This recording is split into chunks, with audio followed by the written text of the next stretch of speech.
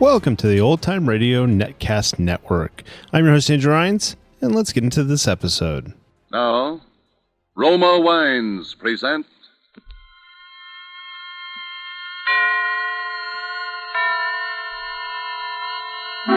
Suspense.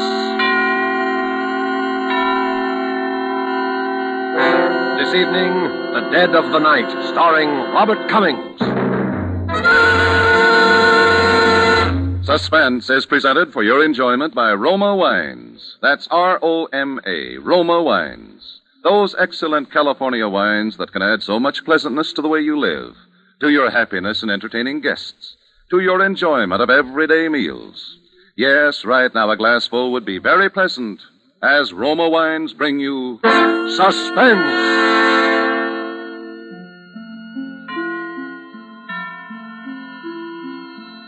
This is the man in black, here for the Roma Wine Company of Fresno, California, who tonight from Hollywood bring you in his first appearance in a radio drama since his enlistment as United States Army Air Force flight instructor, one of the screen's favorite young players, Mr. Robert Cummings.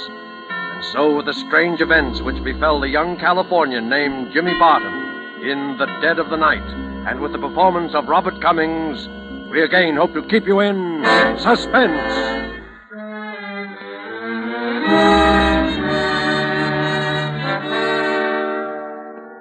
Helen and I had never been apart since our folks died. Never before that summer when I got a job up at Lake Arrowhead. She was supposed to go with me, wait on tables or something. It was to be our vacation. But at the last minute, she decided to stay in L.A. She figured her boyfriend, Steve, might be coming home on a furlough. I should have known better. My sister was such a kid. But I let her talk me into it. And I left her there alone. That was the beginning of the whole thing. That's when she met him, Phil Armstrong. If I hadn't gone away that summer, I guess Phil would be alive today. All during the time that I was gone, Helen didn't write much, and what letters I did get didn't seem natural. So I was anxious to finish my job and get home. I expected her to be at the bus station, but she wasn't. And when I got to the apartment, I could hear someone moving inside. The door was locked, so I knocked. Helen? Who is it? It's me. Jimmy? Yeah, open the door. Oh, Jimmy. Just a minute. Hi, honey. Since when have you taken to locking the door in the daytime? Helen, what did you do to yourself? Your face. Were you in an accident? I fell, Jimmy. I fell and I hurt myself. Well, your eyes swollen shut. Let me look at it. Jimmy, I have something to tell you. What are these suitcases doing here? You and I are going away, Jimmy. We've got to get out of here. I packed everything. We're going no place till you tell me what this is all about. Well, Jimmy, while you were gone, I got married. Married? You mean Steve was here on his furlough? No, Jimmy. Not to Steve. But you were engaged to him. Yes, I know. I got a letter from him right after you left. He married someone he met where he was stationed. Oh, Helen. Gee, I was pretty upset, Jimmy, and that's when I met Phil Armstrong. Oh, but gee, I think you might have... I don't even know the guy. No, neither did I. I was unhappy. Well, you just don't go off and marry someone you don't know. Well, that's what I did, Jimmy. Now we've got to get out of here. Huh? Well, but why? Because there's been trouble. What kind of trouble? I'm afraid, Jimmy. It's terrible. He takes something. I don't know what. But sometimes he's crazy.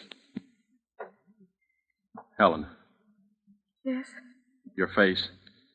You didn't fall. No. He did that. I'll kill him. He'll kill you. That's what I mean. That's why we've got to get away. Well, you can get a divorce, can't you? He threatened me if I even tried to get one. We'll put him under a peace bond. Well, what good would a peace bond be, Jimmy, if he killed one of us? So I let her talk me into running away. I guess I shouldn't have, but I knew that if I saw him after what he'd done to her... Well, anyhow, I'd saved my salary and I had some gas coupons. We didn't know where we were going, but we started out. I don't know what he'll do when he finds I've gone. Helen, don't you think we ought to go to the police? Oh, I'm afraid, Jimmy. I know him. I know what he'd do if he found out we'd reported him. But they'd protect us, Helen. They'd protect us. But what if he got to us before they got to him? And she looked so frightened, I thought it best to let her do it her way. We got to Santa Monica that night, and we stopped at a motel near the water. Well, a week slipped by, and Helen seemed to be forgetting. She didn't jump every time someone knocked at the door, and she began to get a nice tan. I managed to get a job. It was at McGuffey's Potluck Gallery at one of the shooting concessions on the pier. Then one night late, as I came home from work, I heard voices coming from our apartment. I knew who it was, and I knew that from what Helen had told me, it would be foolish for me to go in unarmed. So I ran back to the shooting concession. It didn't take long, but when I got back, the lights were out, and the sound of voices was gone. I tried the door. It was very dark. And then my foot struck something soft and heavy on the floor. I snapped on the switch, and the room was flooded with light, and I looked down into a dead man's face.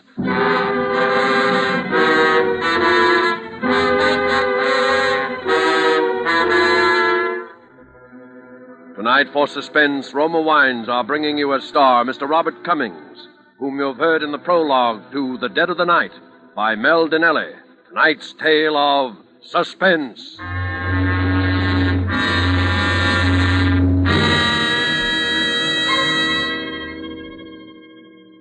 Yes, it is true that our own wonderful vineyard country in California produces in Roma wines that discriminating people in many foreign lands esteem as an imported delicacy. Yet you here at home can enjoy these distinguished Roma wines for mere pennies a glassful. Daily with your meals or when entertaining or any time, you can delight yourself and your guests with the wonderful taste that comes from age-old winemaking traditions perfected by modern knowledge. For a treat you are certain to enjoy, place on the table with dinner tomorrow night a cool bottle of hearty, rich red Roma California Burgundy. It doesn't matter what the meal is or what kind of glasses you use to serve Roma. It's good in any glass with any meal. Your family, your guests, will find new pleasure in even the simplest foods. For Roma wine makes any meal a feast at only pennies a glass. Try it yourself tomorrow. Ask your dealer for R-O-M-A, Roma wine. Remember, more Americans enjoy Roma than any other wine. And now it is with pleasure that we bring back to our soundstage Robert Cummings, who, as young Jimmy Barton, resumes his narrative concerning the death of a brother-in-law in The Dead of the Night, a tale well calculated to keep you in suspense.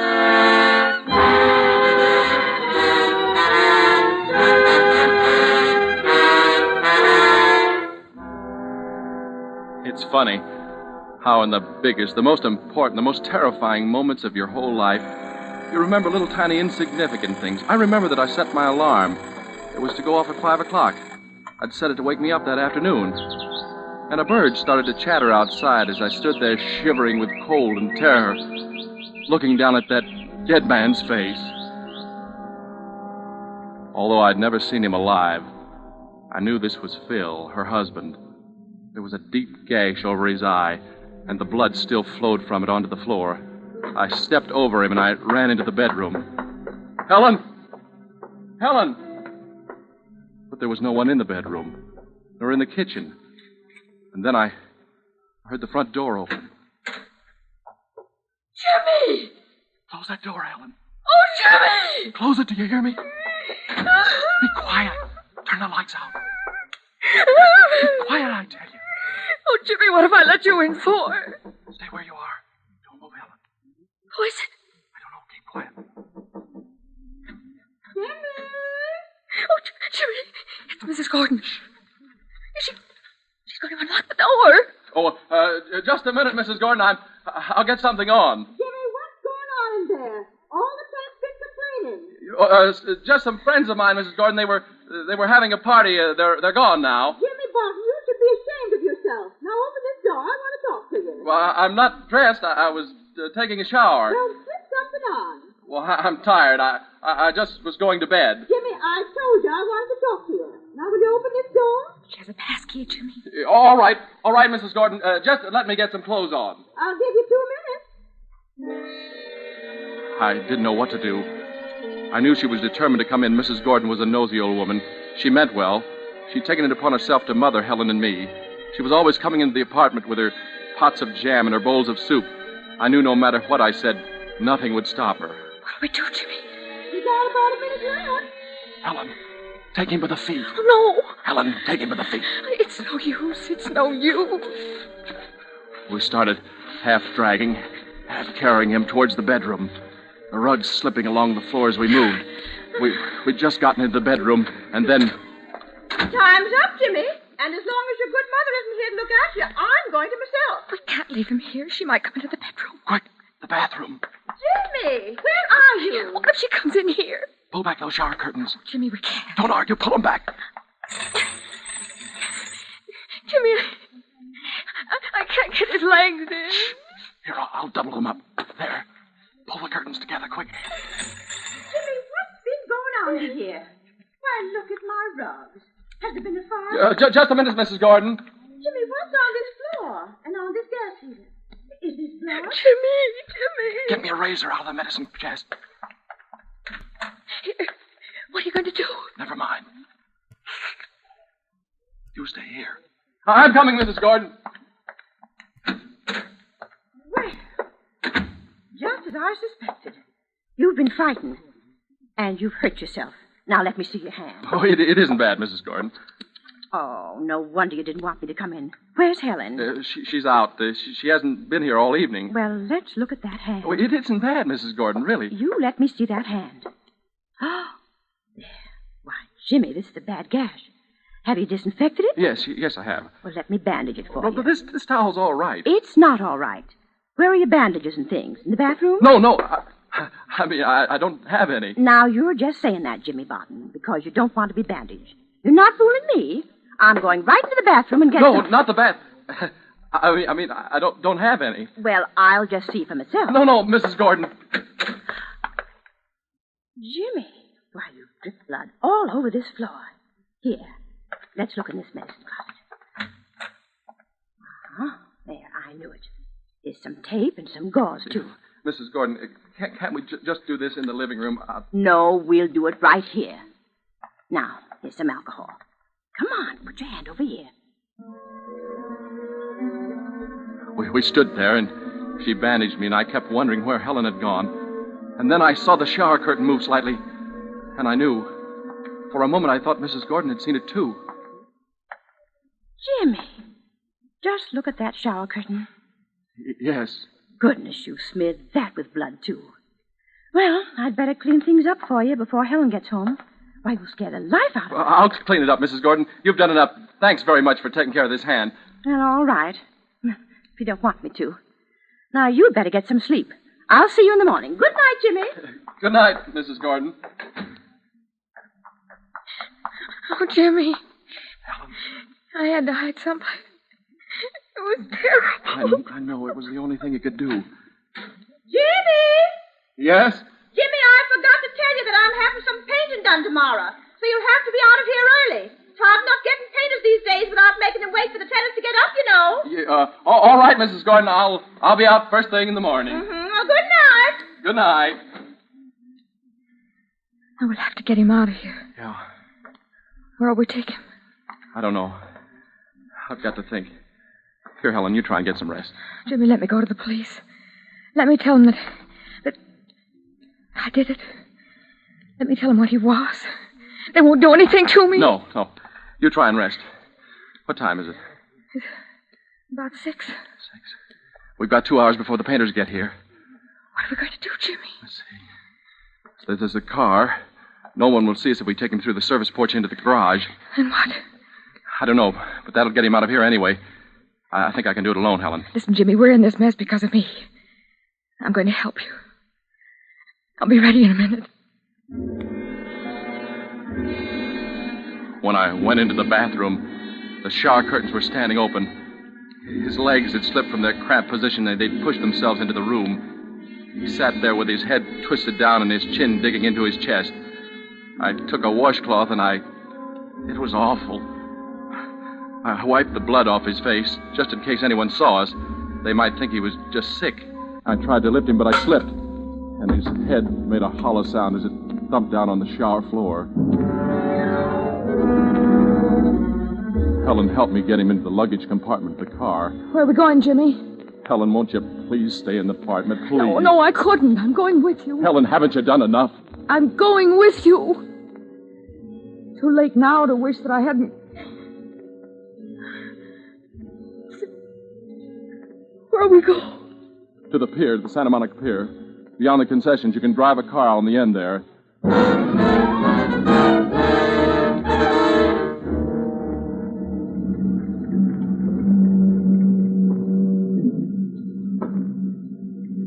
Lucky it's so foggy. Yeah. What time is it? 5 of 7. We'll have to act fast. This fog will be clearing soon. It'll be harder to get him out of this car. Now, you stay here. I can manage this alone this time. Oh, I'll help you, Jimmy. You stay here. Do you hear me? All right, call me if you need me. I'll go round the back. Keep your eyes open. Yeah. Jimmy. What? Someone's coming. Who is it? I can't see. Jimmy, it's a policeman. What? It's a policeman, Jimmy. Oh, it's all right. I know him. It's Red Davis. He's the beach patrolman. Hello, Red. Well, hello, Jimmy. Say, when do you get your sleep? Didn't you close up after that swing ship dance last night?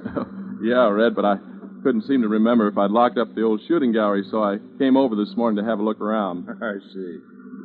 Oh, I'm sorry. This is my sister. Red, this is Helen. This is Red Davis. Hello. So you're an early riser, too, huh? Yes, Well, the fog's clearing up. It looks like we're going to get some sun today for a change, huh? Yeah. Well, I guess I'll be getting back. I think I'll try and catch a few more hours sleep. Well, so long. Yeah, so long. Oh, say, Jimmy. Yeah? Say, Jimmy, I have to take my wife over to the nursery today to pick up some plants and stuff, you know, and I don't have a trunk on my car. I wonder if you'd let me have yours.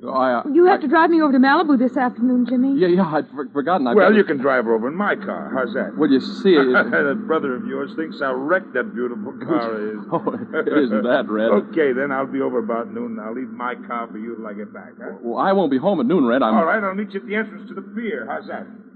Oh, all right, Red. Well... So long. Yeah. So long. Why'd you say you'd meet him, Jimmy? Well, if I didn't, he'll go over to the apartment looking for us. And you don't want any policemen over there, do you? Oh, no. No, of course not. We've got to get out of here fast. As we drove along the ocean, the fog cleared up rapidly.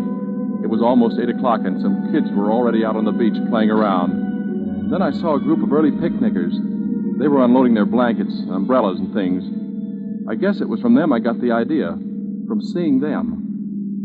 Jimmy, your gas is pretty near on empty. Yeah. You got any more coupons? No, they're all used up. We're going to have to do something soon. I know, Jimmy. We can't go back to the motel with the painters there. And we can't leave him in the car. Red's liable to see us and pin us down to using it. There's only one place left. Where, Jimmy? Helen, listen. I'm going to let you out of this car. Oh. You can't help me with what I've got to do now. No, Jimmy, I'm staying. Don't argue, Helen. I'm not leaving you, Jimmy. Get out of this car, do you hear me? No. I haven't time Jimmy, to argue with you. Please. Now get out. I won't do it, Jimmy. Yes, you will if I have to push you out. Jimmy, you're hurting me. There. Now go back to the motel. Get off that running board, Helen. I can't leave you alone, Jimmy. I want to help you. I'm not blaming you for killing him, Helen, but now you've got to help me do as I say. What, Jimmy, what? I don't blame you for what you did. He deserved it. But now you've got to help me handle things. Jimmy, you've got to let me... Goodbye, Helen. Jimmy! Oh, Jimmy, don't leave me, Jimmy! I watched her out of the mirror. She kept calling me. I drove on as fast as I could. I knew what I had to do, and now was one chance in a million. But I had to take it. And I didn't want her to be part of it. I could keep him on the beach that whole day. Then maybe I'd be able to get rid of him when night fell. I wanted to drive further along, but I was afraid I'd run out of gas. So I settled for a deserted strip of beach not far from the motel. I had my swimming shorts and a blanket and a towel in the car. And I got out. I looked around carefully, and then I opened the luggage compartment. It was the hardest thing I've ever done in my life, but I started taking his clothes off. I managed to get my shorts onto him. Lucky we were pretty near the same size. And then I closed the door. And I went out onto the beach and I spread my blanket out on the sand. And then I went back went back for him. When there were no cars in sight, I carried him over to where I'd spread my blanket, and I placed him onto it face down, with his hands folded over his head, as though he were just sunbathing. Then I spread my towel out a short distance from him, and I laid down on it, and I tried to look relaxed. People didn't start to arrive until about an hour later, and gradually, little groups of sunbathers started to form. He and I, we looked no different from the others. No one paid any attention to us. I was beginning to feel that everything was going to be easy once it was dark again, but... Jimmy? I've been looking all over for you. What? Oh, hello, Mrs. Gordon. Where's Helen? Isn't she in the apartment? No. What time did you go out this morning? I couldn't sleep. Well, didn't Helen come in at all last night? Oh, yes, she did, but she left early, too. Said she was going into Los Angeles. Oh, I was so worried about her. Well, the painters came, Jimmy, and everything's a mess. I think I'll sit down here with you a while. You're not with anyone, are you? No, I'm not. Goodness, I wish I'd brought along some oil. Looks like it's going to be a hot day. You know, these days that start off foggy are very deceiving. Yeah, they are. This is a real treat for me, Jimmy. I never get out on the beach. Think I'll have a nice day of rest for a change. Later we can get some sandwiches. The treat's on me. Well, Mrs. Gordon, no, I hadn't planned on spending the day at the beach. Oh, it'll be good for you, Jimmy. Not healthy for a boy your age to be working all night and sleeping all day. But, Mrs. Gordon, you see, Jimmy, do you know that man over there? Which one? Why, that one right there. What? No, I don't know him. Well, he's lying so still. His back's going to get an awful burn. Yeah. Well, do you suppose he's asleep? It isn't good to sleep in the sun, you know. Mrs. Gordon, do you think that the painters will be finished by this afternoon? Huh? Oh, well, I hope so. My, a person can get an awful burn on a day like this. You know, someone ought to speak to him. Mrs. Gordon, wouldn't you like to go for a walk? Oh, I'm not one for walking. You go ahead if you like. Well, Come on, Dick, pitch it over here. Oh, those kids. You children, stop that. You're getting sand all over me. Oh, sorry, No lady. need to play here. There's a playground over by the pier. Now you just get away from here. Don't pay no attention to her. She don't own the beach. Pitch it over here. Oh, coming at you. Uh-oh. You hit that guy on the pizza. There. Now see what they've done. They've hit that poor man. Now they'll get what's coming to them. Mrs. Gordon, sure you don't want to go up and get some sandwiches or something? I'll just stay Not here and... until I see those two hoodlums get what they deserve. Shh. Gee, I'm sorry, mister. Could we have our ball? Now, look at that. Ball right in the crook of his arm. He's pretending he's asleep. He's not going to hand it to them. But just wait till they reach for it. He'll give them something besides their ball, all right. Oh, what are you waiting for, Dickie? It's our ball. Just take it. Oh, hey, mister, could we have... Go on, take it. Here, I'll get it. Thanks, mister. I got... What's the matter? Gee, he's cold. What'd you say? He's cold, lady. His arm's like ice. I just touched it. You probably hurt him. A little ball like this couldn't hurt anybody. Well, nevertheless, it did. Here. Now, let's have a look. And then she started moving toward him. I knew it was useless to try and stop her. And then she reached over and put her hand on his back. And suddenly she was screaming. Jimmy! This man is dead! He's dead! Look at him!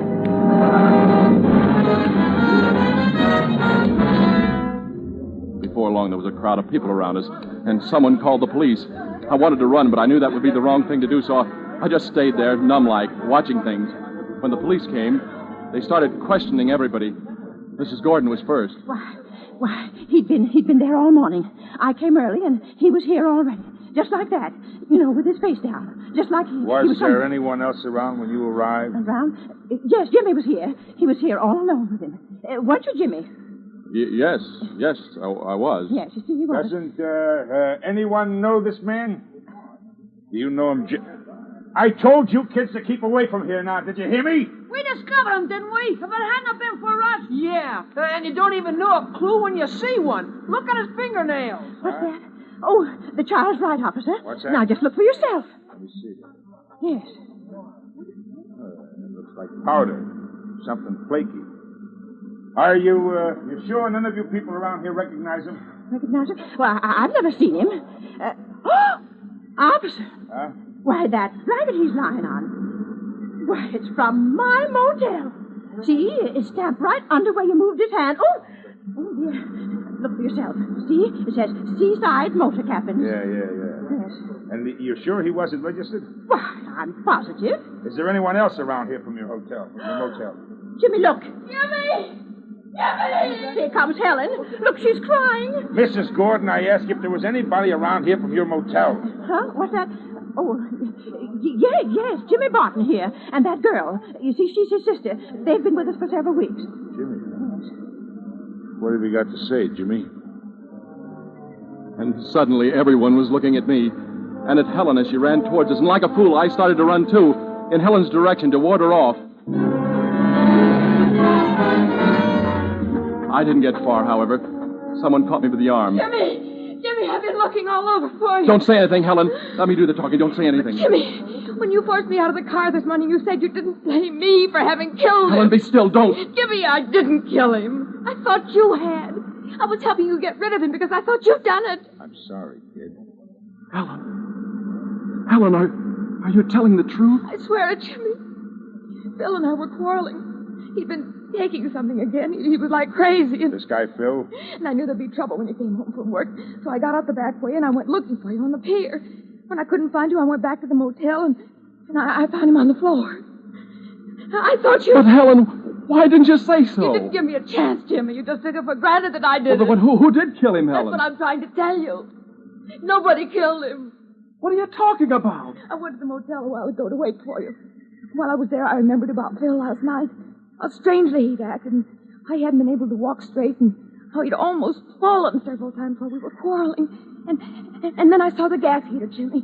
There was a sharp edge on the top of it with blood on it. He must have fallen. He must have. Oh, but Helen, we've no way of proving that. There was something else, Jimmy. Yeah, what? The wall above the heater was scratched, as though someone had clutched at it to save himself from falling. There might be fingerprints. There might be. Oh, no, that's no... Wait a minute. Plaster! Hey, Red! That flaky stuff you found under his fingernails, that might have been plaster!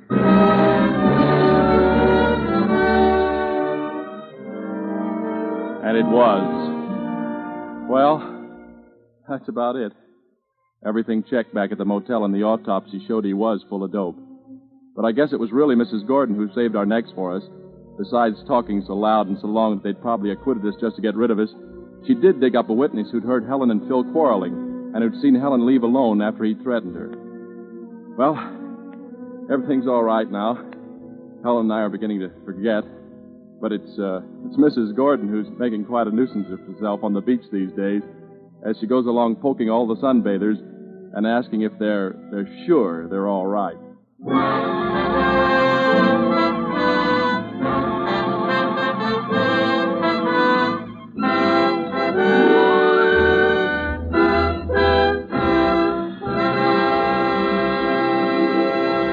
And so closes The Dead of the Night, starring Robert Cummings. Tonight's study in Suspense. Suspense is produced and directed by William Spear. If you are one who does not yet know how much and how delightfully Roma wines can add to your meals, well, let me urge you not to miss out any longer on such a treat as this. There's nothing complicated about it. Just get and serve Roma wine with meals or any time in any kind of glass you wish. Try the many different kinds of Roma wine until you find those you like best of all. Try Roma California Sherry with its wonderful nut-like flavor as an appetizer. Then hearty Roma Burgundy or the deliciously delicate Roma Sauterne with the meal. These superb wines make even the simplest meal a feast. Yet they cost you only pennies a glassful. Get some tomorrow. And if your dealer is temporarily out of Roma, please try again soon.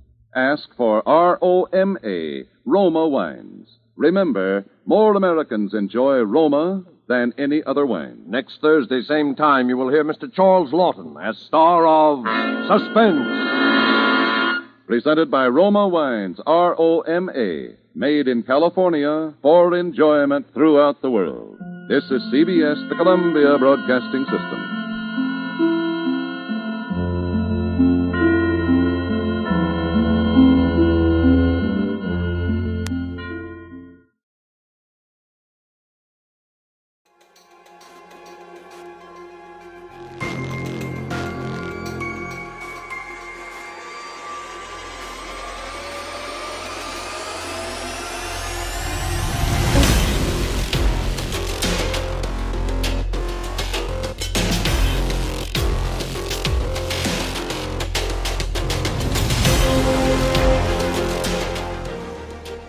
Welcome back. I hope you enjoyed this presentation from the Old Time Netcast Network. For more great shows, go to otnetcast.com. Don't forget to like and rate this episode in your favorite podcatching client.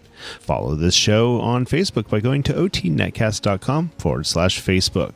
This episode is covered under the Attribution Non-Commercial ShareAlike copyright. For more information, go to otnetcast.com/copyright. Thanks again for listening, and I hope you have a great day.